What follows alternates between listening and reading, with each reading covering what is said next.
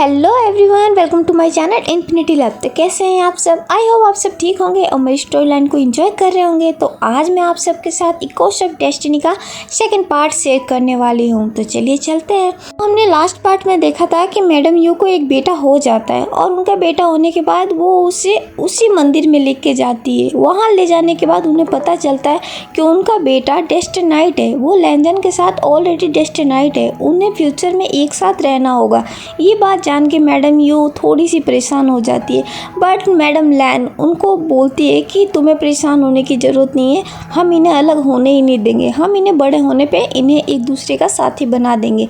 तो चलिए अब आगे कंटिन्यू करते हैं। मैडम यू और जियांग फेमियान जिनकी खुशियों का तब कोई ठिकाना नहीं है, क्योंकि उनकी बरसों की मुराद जो पूरी हो गई, वो जो बरसों से चाहते थे वो उन्हें मिल गया। अब उनका खुद का एक बेटा है, अब उनकी भी कोई औलाद है और वो उसे बहुत प्यार करते हैं। ये प्यार उनका धीरे धीरे बढ़ता जा रहा है। जैसे जैसे दिन बढ़ते जा रहे हैं, जियांग फेमियान और मैडम यू का विंग के प्रति प्यार भी बढ़ता जा रहा है। विंग अब 2 महीने का हो चुका है, पर इन 2 महीनों में जियांग फेमियान और मैडम यू ने विंग को इस तरह संभाला है जैसे कि वो अपनी सांसें संभाल रहे हो। उनको कभी अगर गलती से कोई छींक भी आ जाए तो जियांग फेमियान और मैडम यू की जान तो हलक में आ जाती है, क्योंकि ये लोग बहुत डर जाते हैं। विंग इनके लिए जान है, इनकी बहुत मुरादों से पाया है, इसलिए इनका प्यार तो अब पागलपन में बढ़ता जा रहा है। और ना सिर्फ जियांग फेमियान और मैडम यू, बल्कि लैन किरण और मैडम लैन भी विंग को उतना ही प्यार करते हैं जितना ये दोनों करते हैं। मैडम लैन जितना लैंजन को प्यार करती है उतना ही विंग को प्यार करती है। और जब से ये बात उन्हें पता चली है कि विंग और लैंजन डेस्टिनाइड है, तब से वो और भी ज़्यादा विंग का ख्याल रखती है, क्योंकि वो खुद चाहती है कि विंग और लैंजन बड़े होके एक दूसरे का साथी बने। और ये उन्होंने डिसाइड कर लिया कि वो ऐसा ही करेगी। विंग अब 5 साल का हो चुका है और लैंजन 7 साल का हो चुका है, पर इन 5 सालों में विंग के प्रति सबका प्यार बिल्कुल भी कम नहीं हुआ, उल्टा बढ़ता गया है। जियांग फेमियान, मैडम यू, लैन किरण और मैडम लैन, इन लोगों ने विंग का बहुत अच्छे से ख्याल रखा है और इन्होंने विंग और लैंजन को कभी अलग भी नहीं रखा है। ये हमेशा इन दोनों को साथ में रखते आए हैं। अब विंग स्कूल जाने लग गया है। मैडम यू ने विंग का एडमिशन वहीं कराया है जहाँ लैंजन पढ़ता है, क्योंकि वो नहीं चाहती ये दोनों अलग रहे। वो बचपन से उन दोनों को साथ में रखना चाहती है, इसलिए विंग भी अब उसी स्कूल में पढ़ता है जहाँ पर लैंजन पढ़ता है। पर लैंजन विंग से 2 साल बड़ा है, तो उसकी क्लास बड़ी है, बट फिर भी वो स्कूल सेम ही रखते हैं। लैंजन और विंग दोनों अच्छे दोस्त हो चुके हैं। लैंजन विंग का बहुत ख्याल रखते हैं। लैंजन विंग के साथ बहुत फ्रेंडली है, पर विंग जो कि बहुत ही गुस्सैल और चिड़चिड़ा बच्चा है, उसे छोटी छोटी बातों पे गुस्सा आ जाता है। वो छोटी छोटी बातों पे जिद भी करता है। वो महज 5 साल का है, पर उसकी जिद बहुत बड़ी है। बट लैंजन उसकी हर जिद को अभी से ही संभाल लेता है। वो उसे बहुत अच्छे तरीके से हैंडल भी कर लेता है। विंग लैंजन के सामने कोई जिद नहीं कर पाता। वो उसके सामने बहुत ही पोलाइट रहता है और बहुत ही खुश भी रहता है। और ये देख घर के पेरेंट्स बहुत खुश रहते हैं कि चलो लैंजन उन्हें संभाल रहा है। लेकिन उन्हें कहीं ना कहीं डर और टेंशन भी है कि विंग का बढ़ता गुस्सा, विंग की बढ़ती जिद कहीं विंग के लिए खतरनाक साबित ना हो। विंग अब 15 साल का हो चुका है। इन 15 साल में विंग के प्रति किसी का प्यार नहीं बदला है, बल्कि प्यार तो हमेशा की तरह बरकरार रहा है। और लैंजन और विंग की दोस्ती भी बहुत अच्छी रही है। लैंजन ने विंग का बहुत अच्छे तरीके से ख्याल रखा है। अब विंग भी लैंजन के साथ बहुत ही कंफर्टेबल है। बट लैंजन के साथ साथ विंग के और भी कुछ फ्रेंड बन चुके हैं। विंग जिस क्लास में पढ़ता है उस क्लास के कुछ स्टूडेंट्स उसके फ्रेंड बन चुके हैं और वो उनके साथ भी बहुत फ्रेंडली और बहुत कंफर्टेबल है। वो उनके साथ भी अपना बहुत समय बिताता है। विंग का एक फ्रेंड है निये हुआई सांग, जो कि उसका बहुत अच्छा दोस्त है और उसका क्लासमेट भी है। निये हुआई सांग विंग का जो कि सबसे अच्छा दोस्त है लैंजन के अलावा, क्योंकि निये उसके क्लासमेट है और वो उसके साथ पूरे दिन रहता है। लैंजन दूसरी क्लास में है, तो वो लैंजन से बहुत कम मिलता है, बट निये के साथ वो अपना पूरा दिन बिताता है। एक दिन निये विंग से कहता है कि वो अपनी पढ़ाई के लिए अब अमेरिका जा रहा है। वो अपनी आगे की पढ़ाई अमेरिका में करेगा, वो यहाँ रह के नहीं पढ़ना चाहता है। विंग ये बात सुन के अपसेट हो जाता है, तो वो बोलता है कि तुम क्यों जा रहे हो? तो निये बोल देता है कि वो यहाँ नहीं रहना चाहता।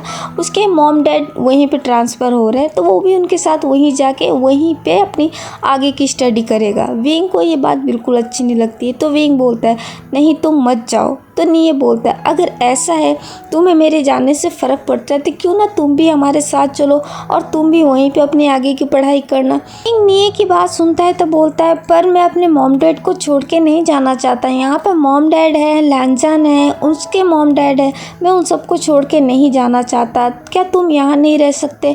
तो फिर नीये बोलता है नहीं विंग, मैं यहाँ नहीं रह सकता क्योंकि मेरे मॉम डैड वहाँ जा रहे हैं, तो फिर मैं यहाँ रह के क्या करूँगा, मैं भी उनके साथ जाऊँगा।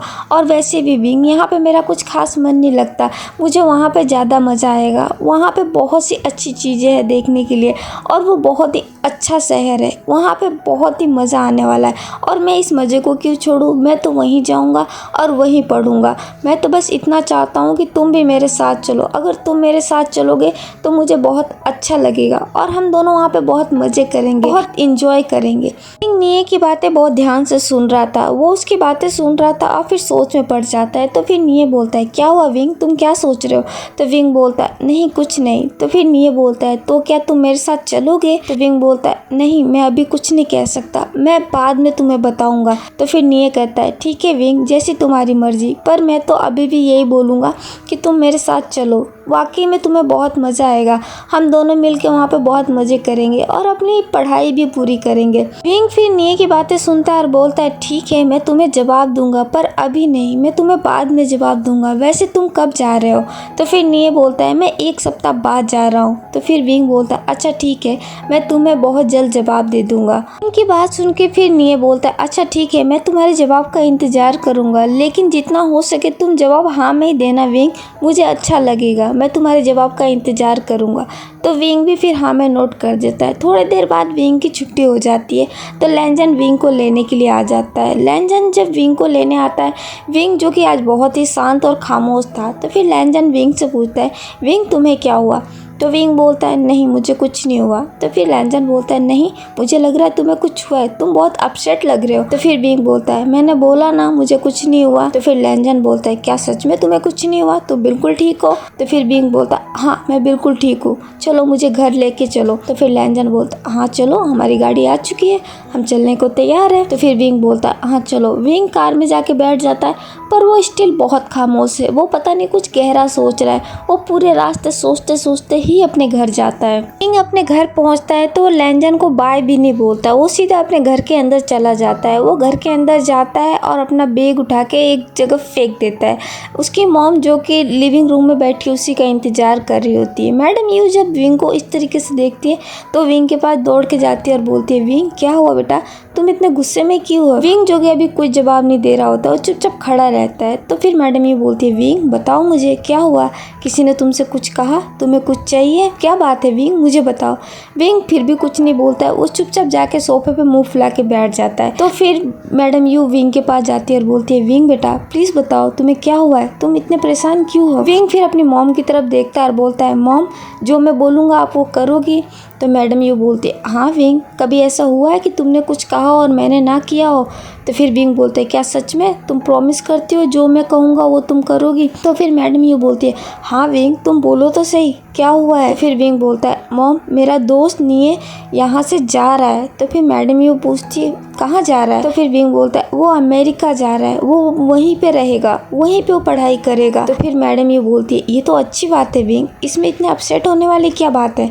तो फिर विंग बोलता है मॉम मैं भी उसके साथ जाना चाहता हूँ, मैं भी अमेरिका जाना चाहता हूँ, मैं भी वहीं पे पढ़ना चाहता हूँ, मैं भी वहीं पे रहना चाहता हूँ। ये बात सुन के मैडम यू बहुत ज़्यादा अपसेट हो जाती है क्योंकि वो विंग को खुद से 1 मिनट के लिए भी दूर नहीं रख सकती। वो स्कूल भी बहुत मुश्किल से भेजती है और उसको इतना दूर भेजना ये मैडम यू के बस में नहीं है, वो फिर नहीं रह पाएगी।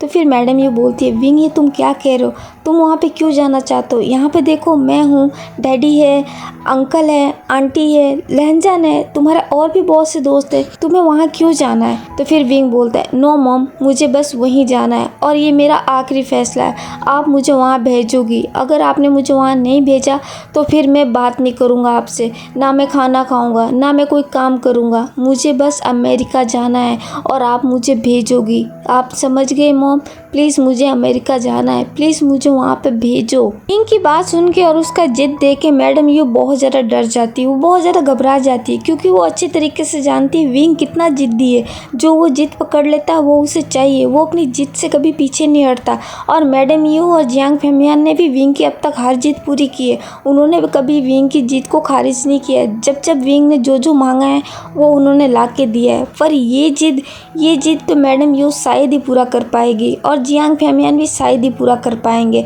मैडम यू जो कि विंग की तरफ देखती है और बोलती है, विंग प्लीज़ ऐसा मत बोलो, क्या तुम हमारे बिना रह लोगे? वहाँ पे तुम्हारे डैडा नहीं होंगे, वहाँ पे मैं नहीं होंगी, वहाँ पे अंकल लैन नहीं होंगे, आंटी लैन नहीं होगी, तुम्हारा लैन जान नहीं होगा, तो बताओ तुम वहाँ पे कैसे रहोगे? तुम क्यों नहीं सोचते विंग, वहाँ पे कोई नहीं रहेगा, तुम अकेले पड़ जाओगे।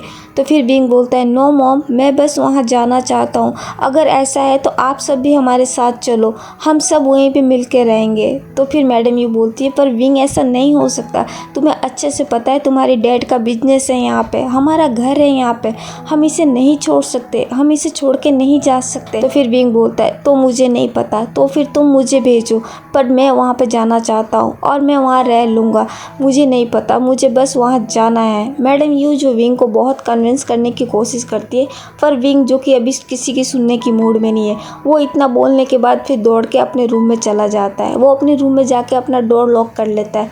ये देख मैडम यू और भी डर जाती है, वो अपना फ़ोन लेती है और अपने हस्बैंड को फ़ोन करती है और उन्हें जल्दी घर बुला लेती है।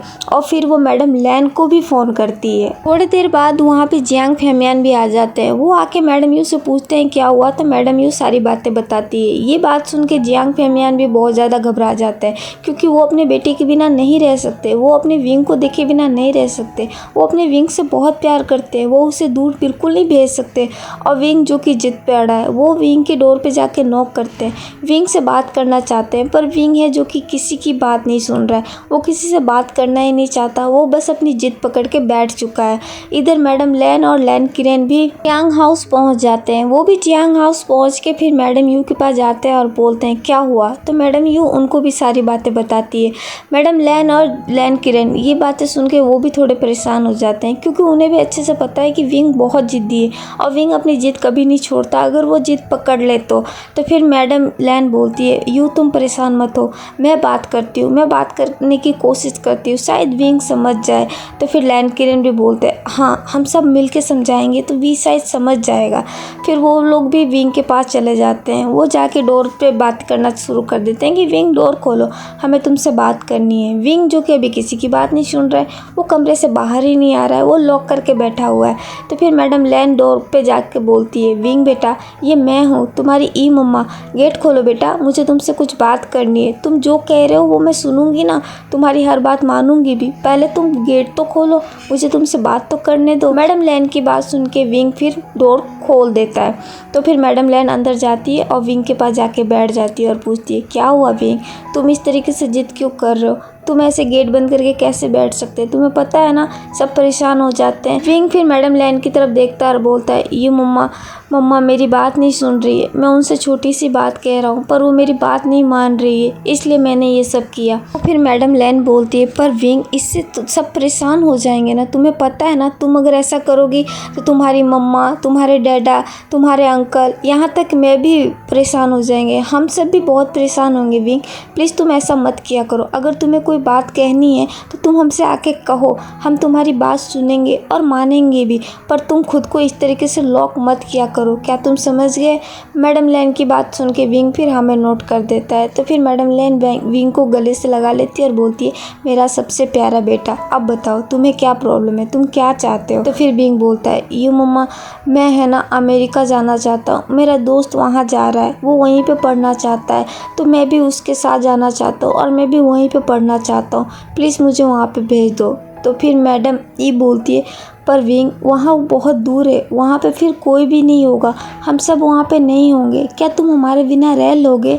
तो फिर विंग बोलता है मैं जानता हूँ, इसलिए तो मैं चाहता हूँ आप सब भी चलो, हम सब मिल के चलेंगे, हम सब वहीं पे रहेंगे। फिर मैडम लैन बोलती है पर विंग ये पॉसिबल नहीं है, तुम्हारी डैडी का, तुम्हारे अंकल का यहाँ पे काम है, उनका यहाँ पे बिजनेस है, यहाँ पे उनका घर है, वो इतना सब कुछ छोड़ के कैसे जा सकते हैं, तुम समझने की कोशिश करो विंग। तो फिर विंग बोलता है मुझे पता था आप भी यही बोलोगी, आप भी नहीं चाहती कि मैं जाऊँ, है ना, आप भी नहीं जाने देना चाहती ना मुझे। तो फिर मैडम लैन बोलती है नहीं विंग ऐसा कुछ भी नहीं है, हम तुम्हें खुद से दूर नहीं जाने देना चाहते, हम तुम्हारे बिना नहीं रह सकते विंग। तो फिर विंग बोलता है पर मैं आप लोगों से रोज़ बात करूँगा ना, आपको कॉल करूँगा, वीडियो कॉल कर लूँगा, या तो फिर आप मेरे साथ चलो या फिर मुझे अकेला जाने दो, पर मुझे जाने दो, मुझे वहाँ पे जाना है। विंग जो कि अपनी जिद से बिल्कुल हट नहीं रहता और इधर ये सब विंग की जिद सुन के बहुत ज़्यादा परेशान हो जाते हैं, क्योंकि अब इनको लग रहा है कि इनके पास अब कोई ऑप्शन ही नहीं है, क्योंकि अगर इन्होंने विंग की जिद नहीं मानी तो विंग फिर कुछ भी नहीं करेगा, खाना पीना छोड़ देगा और अपने आप को हर्ट कर लेगा।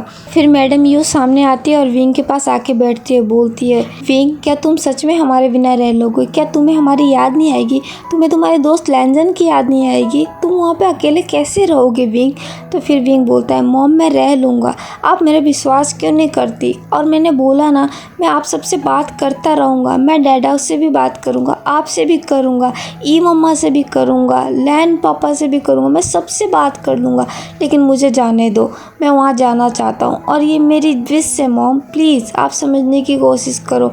मैडम यू, मैडम लैन किरण और जियांग फैमियन जो कि विंग की सारी बातें सुन रहे हैं और वो समझ चुके हैं कि अब इनके पास कोई ऑप्शन नहीं है, अब लास्ट ऑप्शन है विंग की जीत को पूरा करना, और जो कि पूरा करना इन लोगों के लिए बहुत हैवी है, क्योंकि ये विंग के बिना नहीं रह सकते, ये इनकी प्रॉब्लम है। इनको इस बात से बिल्कुल प्रॉब्लम नहीं है कि विंग अमेरिका जाना चाहता है, प्रॉब्लम की बात ये है कि ये विंग के बिना नहीं रह सकते, उसके बिना रहने के बारे में सोच भी नहीं सकते। विंग जो कि अब इनकी बात मानने को तैयार नहीं है, तो फिर इनके पास भी लास्ट ऑप्शन है कि विंग की जीत को मान लेना।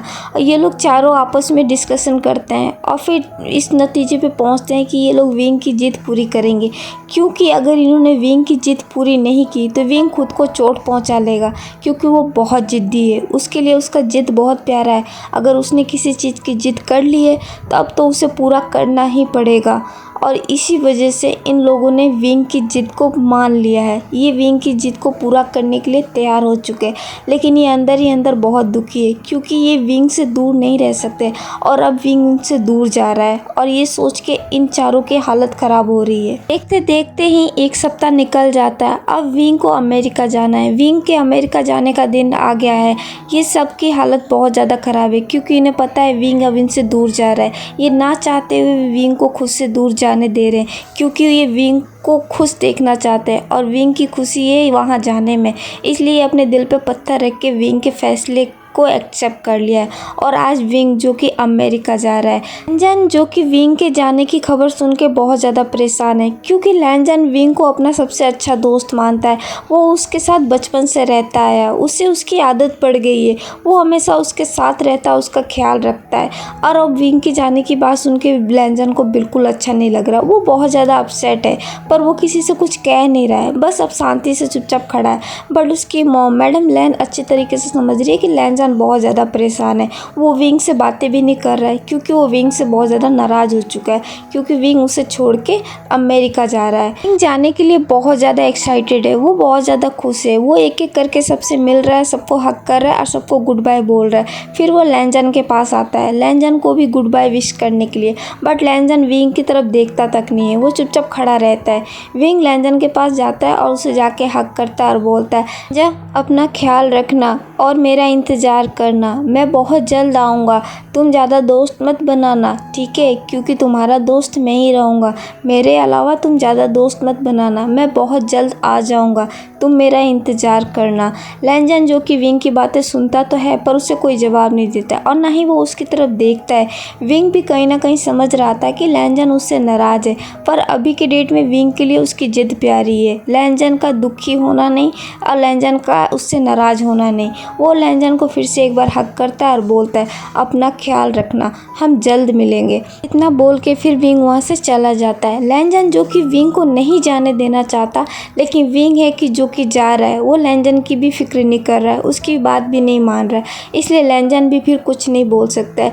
जियांग फैमियान जो कि विंग को लेके जा रहे हैं, क्योंकि विंग को वो अकेला नहीं जाने दे सकते, इसलिए वो कुछ दिनों के लिए विंग के साथ रहेंगे। वहाँ पे विंग को सेटल करके फिर वो वापस आ जाएंगे। मैडम यू की हालत बहुत ख़राब है, वो बहुत ज़्यादा रो रही है, क्योंकि वो विंग के बिना एक पल नहीं रही है और अब विंग पता नहीं कितने सालों के लिए उनसे दूर जा रहा है। और ये सोच सोच के मैडम यू की हालत ख़राब हो रही है।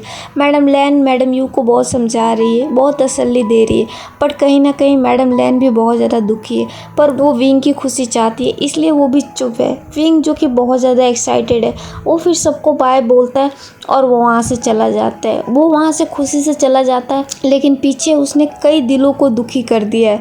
कई दिल वहाँ पे खड़े उदास उसको जाते हुए देख रहे हैं, जो कि वो नहीं चाहते विंग उनको छोड़ के जाए, लेकिन विंग है जो कि अपनी खुशी के लिए वो वहाँ से चला जाता है। विंग को गए हुए 1 सप्ताह हो गए। इन 1 सप्ताह में लैंजन बहुत परेशान रहा विंग के लिए। उसने विंग को बहुत मिस किया। वो विंग के बिना नहीं रह पा रहा था, लेकिन अब धीरे धीरे उसने भी अपनी आदत डाल ली है। वो भी अब विंग के बिना रहना सीख चुका है। अब वो भी विंग को उतना याद नहीं कर रहा है और अपनी ज़िंदगी में वो आगे बढ़ रहा है। लेकिन मैडम लैन और मैडम यू, ये दोनों अभी भी विंग को उतना ही मिस कर रहे हैं और ये हर दिन विंग से बात करते हैं और उसे याद भी करते हैं।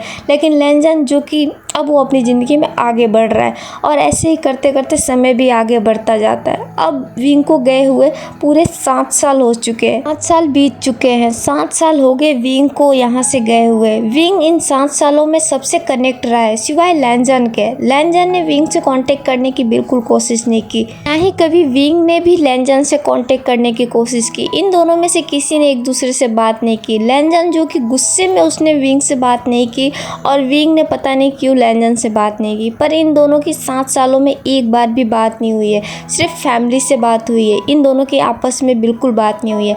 लैंजन अब 22 साल का हो चुका है, अब वो बड़ा हो चुका है, अब उसकी अपनी खुद की एक अलग दुनिया है। विंग भी जो कि 20 साल का हो चुका है और वो अमेरिका में अपने मज़े से है। अब हमें नाइट का सीन दिखाया जाता है। मैडम लैन जो कि अपने लिविंग रूम में इधर से उधर चक्कर काट रही है। वो लिविंग रूम में लगी घड़ी की तरफ देख रही है और दरवाजे की तरफ देख रही है और इधर से उधर चक्कर काटे जा रही है। वो बहुत ज़्यादा परेशान हो चुकी है। मैडम लैन कब से इधर से उधर चक्कर काट रही है और वो वेट कर रही है। वो अपने बेटे लैंजन का वेट कर रही है। लैंजन जो कि अब तक घर पे नहीं आया है, इसलिए वो उसका वेट कर रही है और बहुत ज़्यादा परेशान हो रही है। मैडम लैन इधर उधर चक्कर काट ही रही होती है जब तक उनके पास उनका छोटा बेटा आता है। उनका छोटा बेटा लैन सिजुई जो कि अभी सिर्फ 13 साल का है। वो उनके पास आता है और बोलता है मॉम आप क्या कर रही हो। तो फिर उसकी मॉम बोलती है बेटा मैं तुम्हारे भैया का इंतज़ार कर रही हूँ, तुम्हारा भैया अभी तक घर नहीं आया है। तो फिर सिजुई बोलता है मॉम आप खामोखा परेशान हो रही हो, भैया आ जाएगा, आप भैया का वेट क्यों कर रही हो, और भैया कब इतनी जल्दी घर आता है, वो अभी तो बिल्कुल नहीं आएगा, आप क्यों जग के अपने आप को परेशान कर रही हो, आप जाके सो जाओ। फिर मैडम लैन बोलती है नहीं बेटा जब तक तुम्हारा भैया घर नहीं आ जाता मुझे बिल्कुल चैन नहीं मिलेगा, मुझे जब तक नींद नहीं आएगी। तो फिर सिजुई बोलता है पर मॉम मुझे नींद आ रही है, आप चलो ना, मुझे तो सुला दो, आप भैया का वेट करते रहना। तो फिर मैडम लैन बोलती है हाँ ये तो मैं भूल गई थी, हाँ चलो मैं तुम्हें सुला देती हूँ। फिर सिजुई भी हाँ कर देता है। तो फिर मैडम लैन सिजुई को लेके जाती है, उसके रूम में ले जाके उसे सुलाने लगती है। वो उसे सुला देती है और फिर वो बाहर आ जाती है। वो बाहर आके देखती है लैंजन जो कि अभी भी घर पे नहीं आया है। फिर वो घड़ी की तरफ देखती है, घड़ी में 12:30 बज रहे हैं पर लैंजन जो कि अभी तक नहीं आया है। फिर वो गुस्से में अपने हस्बैंड के पास जाती है। वो अपने रूम में जाती है और देखती है उसका हस्बैंड पीसफुली अपने बेड पे सो रहा है। तो फिर अब लैन किरण के पास जाती है और जाके उनको धीरे से जगाती है। लैन किरण जो कि अभी बहुत ही शांति से सो रहे होते हैं। तो मैडम लैन कई बार उनको जगाती है पर वो उठते नहीं, तो गुस्से में चिल्लाती है किरण तुम उठते क्यों नहीं हो। लैन किरण जब मैडम लैन की इतनी तेज़ आवाज़ सुनते हैं तो वो एक झटके से उठ के बैठ जाते हैं और बोलते हैं क्या हुआ सब कुछ ठीक है ना। तो फिर मैडम लैन बोलती है तुम यहाँ पे घोड़े बेच के सो रहे हो और तुम्हारा वो लाडला अभी तक घर पे नहीं आया है, तुम्हें बिल्कुल फिक्र नहीं है। तो फिर किरण बोलते हैं क्या ली तुम इतनी सी बात के लिए तुमने मुझे जगाया, वो आ जाएगा। तो फिर मैडम लैन बोलती है वो कैसे आ जाएगा, तुमने घड़ी देखी है इतनी देर हो गई है पर वो अभी तक नहीं आया, वो हमेशा इतनी देर करता है, वो रोज़ पता नहीं क्यों पार्टियों में जाता है, वो घर कब आएगा, तुम क्यों ऐसे हो, तुम उसे कुछ बोलते क्यों नहीं नहीं हो। तो फिर किरण बोलता है ई तुम बहुत ज़्यादा सोच रही हो, अगर वो पार्टी नहीं करेगा तो क्या तुम और मैं करेंगे? ये हमारी उम्र है क्या पार्टी करने की? उसकी उम्र है पार्टी करने की, उसे करने दो ना, तुम क्यों परेशान हो रही हो? तुम आके यहाँ पे सो जाओ। तो फिर ई बोलती है तुम्हारा दिमाग ख़राब है, अपना बेटा घर से बाहर है और तुम चाहते हो कि मैं यहाँ पे सुकून से सो जाऊँ? तुम ऐसा कैसे बोल सकते हो किरण? तो फिर किरण बोलते हैं तुम भी अजीब हो, तुम्हें जब पता है कि वो लेट आएगा तो तुम जग के अपनी नींद क्यों ख़राब कर रही हो? और वैसे भी तुम्हारे ऐसे जगने से और परेशान होने से क्या वो जल्दी आ जाएगा? जब उसे आना होगा तभी वो आएगा। और ये तो मैंने कितनी बार तुम्हें बोला है, तुम इस तरीके से उसका इंतज़ार मत किया करो, वो आ जाएगा। वो बच्चा नहीं है, वो बड़ा हो चुका है, वो अपना खुद का ख्याल रख सकता है और तुम खामोखा इतना परेशान होती रहती हो। तो फिर मैडम लैन बोलती है मैंने बोला था ना कि तुम उसे बिगाड़ दोगे, और देखो तुमने उसे बिगाड़ दिया। तुम्हें उसे रोकना चाहिए लेकिन तुम उल्टा उसका सपोर्ट कर रहे हो। तो फिर लैन किरण बोलते हैं देखो ये उसकी उम्र है, इस उम्र में अगर वो मज़े नहीं करेगा तो क्या तुम्हारी और मेरी उम्र में करेगा? ये उसकी उम्र है, उससे भी घूमने फिरने दो, इंजॉय करने दो। कल को फिर उसको ये सारी जिम्मेदारियां संभालनी है, तो अभी तो उसे कम से कम जी लेने दो। तो फिर मैडम लैन बोलती है किरण तुम्हें क्यों समझ में नहीं आता? ये ठीक नहीं है, बहुत देर हो गई है, इतनी लेट तक घर से बाहर रहना ये बिल्कुल ठीक नहीं है। तो फिर किरण बोलते हैं तो ठीक है, तो तुम जाओ, जाके उसे लेके आ जाओ। फिर मैडम लैन बोलती है मैं भी पता नहीं किससे बोल रही हूँ, मैं तो भूल ही गई थी कि तुम तुम्हारे बेटे का ही साइड लोगे, तुम उससे क्यों कुछ बोलने वाले हो? तुम सो जाओ, तुम चद्दर तानो और सो जाओ। तो फिर लैन किरण बोलते हैं हाँ वैसे तो तुमने मेरी नींद खुलाई दी है, अब एक काम करो तुम भी मेरे पास आके सो जाओ, देखना तुम्हें भी नींद आ जाएगी और मुझे भी। मैडम लैन जो कि बहुत गुस्से में आ जाती है, वो लैन किरण की तरफ घूर के देखती है और बोलती है तुम्हें सोना है? तो फिर लैन किरण बोलते अच्छा ठीक है सॉरी, मैं देखता हूँ, अभी मैं उसकी खबर लेता हूँ, रुको, लाओ मेरा फ़ोन लाओ, मैं उसे फ़ोन लगाता हूँ। किरण अपना फ़ोन हाथ में लेते हैं और लैनजान का नंबर डायल करने लगते हैं। लैनजान के फ़ोन पे रिंग तो जारी होती है पर लैनजान उनका फ़ोन पिक नहीं कर रहा होता है। किरण जो कि ये सब कुछ सुन रहे हैं और अपनी वाइफ की तरफ देख रहे होते हैं, वो अंदर ही अंदर बहुत डर रहे होते हैं क्योंकि उन्हें पता है मैडम लैन अब उनकी अच्छी खासी क्लास ले लेगी। तो फिर वो एक अजीब सी स्माइल करते हैं, मैडम लैन की तरफ देखते हैं और बोलते हैं मुझे लग रहा है वो रास्ते में है, वो आ रहा है, इस वजह से वो फ़ोन नहीं उठा रहा है। तुम आके यहाँ पे सो जाओ, बस वो थोड़ी देर में पहुँच ही जाएगा, तुम्हें परेशान होने की ज़रूरत नहीं है। तो फिर मैडम लैन बोलती है अच्छा इसका मतलब उसने तुम्हारा फ़ोन नहीं उठाया है ना? तो लैन किरण अजीब सी स्माइल करते हैं और बोलते हैं तुम्हें पता है ना अभी वो पार्टी में होगा, उसको सुनाई नहीं दे रहा होगा, वो आ जाएगा, तुम मेरी बात क्यों नहीं सुन रही? तो फिर मैडम लैन बोलती है तुम और तुम्हारा बेटा, तुम दोनों ने कसम खा रखी है मुझे परेशान करने की, जाओ तुम चद्दर तानो और सो जाओ, मैं तो आज उसका वेट करूँगी और जब वो आएगा तो आज मैं उसकी बहुत अच्छी क्लास लेने वाली हूँ। तो फिर लैन किरण बोलते हैं ठीक है जैसी तुम्हारी मर्जी, मैं तो चला सोने, गुड नाइट। और ऐसा बोल के वो सो जाते हैं। लैन किरण का सोता देख मैडम लैन भी बहुत ज़्यादा गुस्से में आ जाती है और वो अपना पैर पटकते हुए फिर से लिविंग रूम में चली जाती है। अब हमें एक नाइट क्लब का सीन दिखाया जाता है। इस क्लब में बहुत भीड़ भाड़ है, बहुत लाउड म्यूजिक है, सब लोग बहुत झूम रहे हैं, इंजॉय कर रहे हैं, ड्रिंक कर रहे हैं, डांस कर रहे हैं, एक भी बंदा वहाँ पे फ्री नहीं है, सब अपनी मस्तियों में मस्त है, सब ड्रिंक कर रहे हैं, झूम रहे हैं। फिर यहाँ पे 4 लड़कों का एक ग्रुप बताया जाता है, वो चारों आपस में खड़े बातें कर रहे होते हैं। में से एक लड़का बोलता है अरे यार हमारा हीरो कहाँ है, वो दिख नहीं रहा है। तो फिर दूसरा बोलता है तुम्हें वो यहाँ दिखेगा, वो वहीं पे दिखेगा जहाँ पे बहुत सारी लड़कियाँ हो, देखो सबसे ज़्यादा लड़कियाँ कहाँ पे है, जहाँ पे सबसे ज़्यादा लड़कियाँ होगी समझ जाना वो उसी के बीच में है। तो फिर तीसरा बोलता है क्या सच में? तो फिर पहला बोलता है क्या तुम्हें पता नहीं है, हमारा लैंजन जहाँ पे होता है वहाँ पे लड़कियों की भीड़ ऑटोमेटिक लग जाती है, वो एक शहद है, वो जहाँ होता है वहाँ पे मधुमक्खियाँ ऑटोमेटिकली इकट्ठी हो जाती है।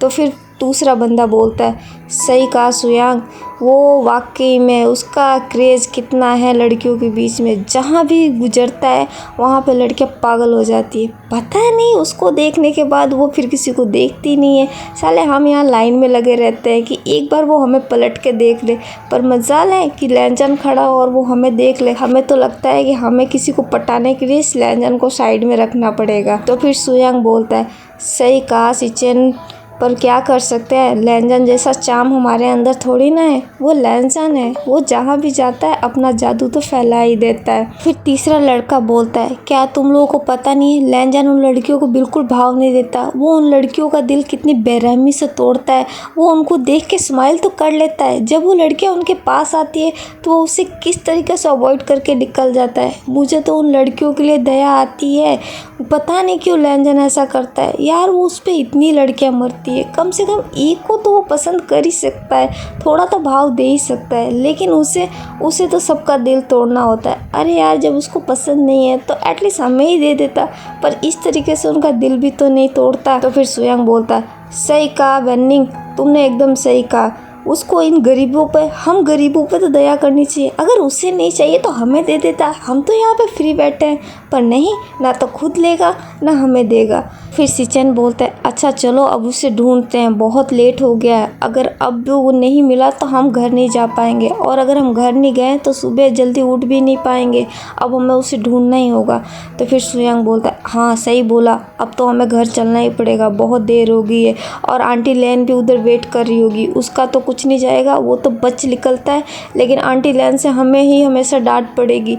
चलो जल्दी उसे ढूंढते हैं। बेनिंग एक काम करो, तुम उस साइड में देखो, सिचन तुम उस साइड में देखो, और मैं उन लड़कियों के पास जाता हूँ। तो फिर सिचन बोलता है, तुम उन लड़कियों के पास क्यों जा रहे हो? तो फिर सुयांग बोलता है, अरे तुमने ही तो बोला कि वो लड़कियों के बीच में मिलेगा, तो मैं चाहता हूँ ना उसको देख लेता हूँ, और क्या पता इसी बहाने कोई लड़की मुझे भी मिल जाए। तो फिर सिचन बोलता है, नहीं तुम उधर जाके देखो, लड़कियों के पास मैं जाके देखूंगा।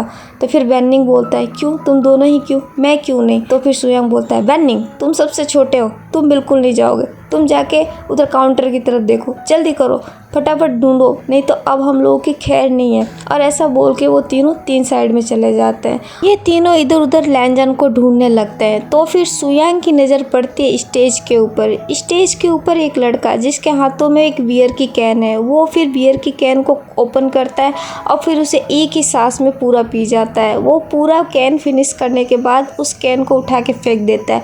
उस कैन को वो फेंकता है तो उस कैन के पीछे भी लड़कियाँ इस तरीके से झपटती है जैसे कि उसने कोई गुलाब का फूल फेंका, और उस कैन को उठाने की कोशिश करती है। इधर ये अपने फिर जैकेट को खोलता है और खोलने के बाद हाथ में लेता है। उस जैकेट को वो 3-4 बार हाथों से घुमा के फिर फेंक देता है, और वो जैकेट एक लड़की के फेस पे जाके गिरता है। वो लड़की उस जैकेट को लेती है और बहुत ज़्यादा खुश हो जाती है और उसे सीने से लगा लेती है। और इधर ये लड़का फिर अपने हाथों की 2 उंगलियों को अपने लिप्स के पास लेके जाता है और फिर वहाँ पे किस करके उस लड़की की तरफ एक फ्लाइंग किस पास कर देता है। वो लड़की जब ये चीज़ देखती है वो तो वहीं पे फ्लैट हो जाती है, और फिर ये लड़का इधर म्यूजिक के बीट पे अपना डांस करना शुरू कर देता है। ये चीज़ देख सुयांग बोलता है, हम इसे पागलों की तरह ढूंढ रहे हैं और ये यहाँ पे मज़े कर रहा है, लैंजन तुम हमारी जान लेके मानोगे। और ऐसा बोल के फिर वो वहाँ पे जाने लगता है। सुयांग लैंजन के पास जाता है। लैंजन जो कि अभी फुल मस्ती के मूड में है, वो मज़े से डांस कर रहा है, वो सुयांग की बातों को बिल्कुल नहीं सुनता। सुयांग लैंजन का हाथ पकड़ता है, उसे खींच के स्टेज से नीचे उतार देता है और फिर बोलता है, अरे लैंजन चलो हमें घर जाना है, क्या तुम टाइम नहीं देखे? तुम्हें पता भी है तुम्हारी मॉम हम सबकी जान ले लेगी, बहुत देर हो चुका है, लैंजन चलो घर चलते हैं। तो फिर लैंजन बोलता है, चिल डूड, इतनी जल्दी करने की कोई ज़रूरत नहीं है, और मॉम की फ़िक्र मत करो, मॉम को डैड हैंडल कर लेंगे, अभी तो पार्टी शुरू हुई है, मुझे और पार्टी करनी है। तो फिर सुयांग बोलता है, अरे मेरे भाई तू क्यों मेरी जान लेने पे तुला है, चल जाना, बहुत देर हो चुकी है, और वैसे भी हम सब थक भी गए हैं, हम कब से पार्टीज तो कर रहे हैं, हम घर चलते हैं ना, कल फिर से आ जाएंगे। तो फिर लैंजन बोलता है, यार तुम लोगों का स्टेमिना कितना कम है, तुम इतनी जल्दी कैसे थक जाते हो, तुम लोगों ने किया क्या, आए हो जब से इधर उधर घूम ही रहे हो। तो फिर सुयांग बोलता है, हाँ तुम्हारी तरह अच्छी किस्मत नहीं है ना, तुम आते हो तो तुम्हें VIP ट्रीटमेंट मिलता है, पर हम आते हैं तो साला हमें कोई नज़र उठा के ही नहीं देखता, तो हम क्या करें, खुद ही अटेंशन पाने के लिए इधर उधर घूमते रहते हैं। तो फिर लैंजन बोलता है, अरे तुम्हारा दुख तो कभी ख़त्म ही नहीं होता, खैर छोड़ो, मुझे तो पार्टी करने दो। तो फिर सुयांग बोलता है, मेरे भाई मैं तेरे हाथ जोड़ता हूँ, तेरे पैर पड़ता हूँ, प्लीज़ चल ले, नहीं तो है ना तुम्हारी मॉम हमारी जान ले लेगी। प्लीज़ समझने की कोशिश करो। जब तक वहाँ पे सिचेन और वेनिंग भी आ जाते हैं। वो जब लैंजन को देखते हैं तो सिचेन बोलता है, अरे लैंजन तुम कहाँ चले गए थे, कब से ढूंढ रहे हैं तुम्हें। तो फिर लैंजन बोलता है, अरे मैं यहीं पे था, तुम लोगों को क्या अब दिखाई भी नहीं दे रहा है। तो फिर सिचेन बोलता है, लैंजन बहुत लेट हो चुका है, चलो हम घर चलते हैं, हम कल फिर आ जाएंगे। तो फिर लैंजन बोलता है, यार तुम भी। तो फिर सिचेन बोलता है, हाँ यार प्लीज़ चलते हैं ना, कल हम वापस आ जाएंगे, और वैसे भी अब बहुत देर हो चुका है, अब हम बहुत बोर भी हो चुके हैं, प्लीज़ चलते हैं ना। तो फिर लैंजन बोलता है, अच्छा ठीक है, पर एक शर्त पे। तो फिर सिचेन बोलता है, हाँ बोलो क्या शर्त। तो फिर लैंजन बोलता है, ड्राइव मैं करूँगा। तो फिर सुयांग बोलता है, क्या ड्राइव तुम करोगे। तो फिर लैंजन बोलता है, हाँ मैंने यही बोला, तुमने क्या सुना। तो फिर सुयांग बोलता है, नहीं नहीं नहीं नहीं, तुमने ड्रिंक कर रखी है, तुम बिल्कुल ड्राइव नहीं करोगे, और तुम ड्राइव करोगे तो हम सब मारे जाएंगे। तो फिर लैंजन बोलता है, क्या तुम्हें मेरी ड्राइविंग पे शक है। तो फिर सिचेन बोलता है, नहीं लैंजन तुम्हारी ड्राइविंग पे किसी को शक नहीं है, लेकिन तुमने अभी ड्रिंक कर रखी है, अगर कुछ प्रॉब्लम हो गया तो। फिर लैंजन बोलता है, प्रॉब्लम, और मुझे कुछ नहीं होगा, और मैं तुम्हें भी कुछ नहीं होने दूंगा, तुम बस चलो। तो फिर बेनिंग बोलता है, मैं नहीं बैठूंगा, मैं बिल्कुल नहीं बैठूंगा। तो फिर लैंजन बोलता है, हाँ मैं बच्चों को वैसे भी नहीं बिठाता, मैं तुम्हें नहीं बिठाने वाला हूँ, तुम जाओ, तुम पहले निकल जाओ। तो फिर बेनिंग बोलता है, अरे यार मेरे को ऐसा क्यों बोल रहे हो, मैं भी चलूँगा ना साथ में। तो फिर लैंजन बोलता है, नहीं मैं बच्चों को लेके ही नहीं जाता, तुम पहले साइड में जाओ, मैं सुयांग को लेके जाऊँगा। तो फिर सुयांग बोलता है, नहीं मुझे कवारा नहीं मरना, मैं अभी जिंदा रहना चाहता हूँ, तुम सिचेन को लेके जाओ। तो फिर सिचेन बोलता है, अच्छा ठीक है, मैं लैंजन के साथ चला जाऊँगा, तुम वेनिंग को लो और तुम घर निकल जाओ, मैं लैंजन के साथ चला जाऊँगा। तो फिर लैंजन बोलता है, ये हुई ना बात, चलो लेट्स गो। और फिर लैंजन वहाँ से निकल जाता है। लैंजन फिर अपनी बाइक स्टार्ट करता है और सिचेन को बोलता है, आ जाओ बैठ जाओ। सिचेन बोलता है, भाई तू सही सलामत मुझे घर तो पहुँचा देगा। तो फिर लैंजन बोलता है, अरे तुम टेंशन मत लो, तुम्हें पहुँचाऊँगा, ऐसा पहुँचाऊँगा कि तुम बोलोगे कि कितनी जल्दी पहुँचे हैं। तो फिर सिचेन बोलता है, नहीं नहीं नहीं नहीं, मेरे कहने का वो मतलब नहीं था, हम आराम से चलेंगे, हम देर से चलेंगे, लेकिन हम आराम से चलेंगे, ठीक है। तो फिर लैंजन बोलता है, अच्छा ठीक है, पर बैठो तो सही, तुम तो बैठे ही नहीं। तो फिर सिचेन बोलता है, अच्छा एक मिनट। फिर सिचेन बाइक के पीछे बैठ जाता है। तो फिर लैंजन बोलता है, अब चले। तो सिचेन बोलता है, एक मिनट रुको। सिचेन अपने दोनों हाथों को जोड़ लेते हैं और बोलते हैं, भगवान प्लीज़ सेव मी। और फिर बोलता है, हाँ अब चलो। तो फिर लैंजन बोलता है, अच्छा ठीक है, और ऐसा करके लैंजन अपनी बाइक स्टार्ट कर देते हैं। लैंजन जो कि बाइक 120 के स्पीड से नीचे नहीं उतर रहता है, क्योंकि लैंजन की हॉबी है बाइक चलाना, वो उसे बाइक से बहुत प्यार है, और वो बाइक के साथ ऐसे खेलता है जैसे एक बच्चा टॉयज़ के साथ खेल रहा। और पीछे बैठा सिचेन, जिसकी हालत तो ऐसी हो रही थी कि वो अब मर जाएगा तब मर जाएगा, वो बस रास्ते भर हाथ जोड़ते हुए जा रहा था। थोड़ी देर बाद लैंजन अपने घर भी पहुंच जाता है। सिचेन जब बाइक से नीचे उतरता है तो एक बार वो लैंजन के पैरों के पास झुकता है और बोलता है, तुम्हारा शुक्रिया भाई मुझे ज़िंदा पहुंचाने के लिए। तो फिर लैंजन बोलता है, इट्स ओके, चलो अब मैं चलता हूँ। तो फिर सिचेन बोलता है, अच्छे से जाना, और हाँ मॉम को बोलना कि मैं तुम्हारे साथ ही था। तो फिर लैंजन बोलता है, मुझे एक बात समझ में नहीं आती, तुम्हें मेरी मॉम से इतना डर क्यों लगता है।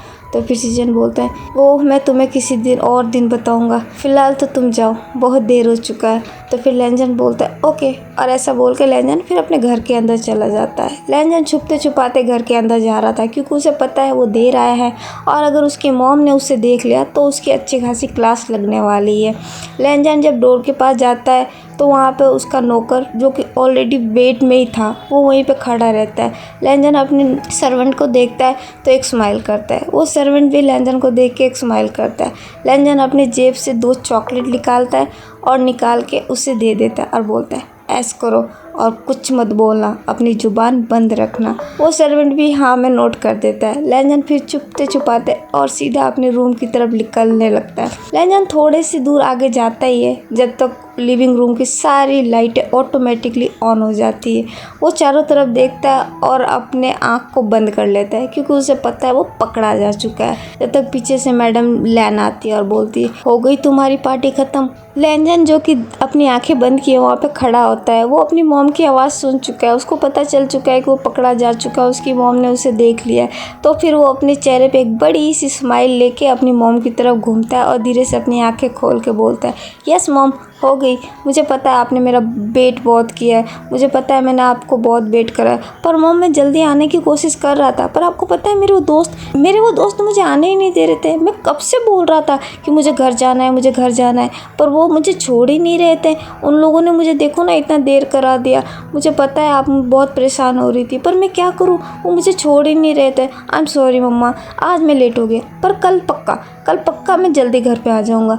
मैं कल देर बिल्कुल नहीं करूँगा। तो मैडम लैन फिर लैंजन के पास आती है, उसके कानों को पकड़ती है और बोलती है, बेटा ये वादे तुम कितने दिनों से कर रहे हो? तो फिर लैंजन बोलता है, मैंने तो शायद आज ही की है, आज नया है, मेरा नया है।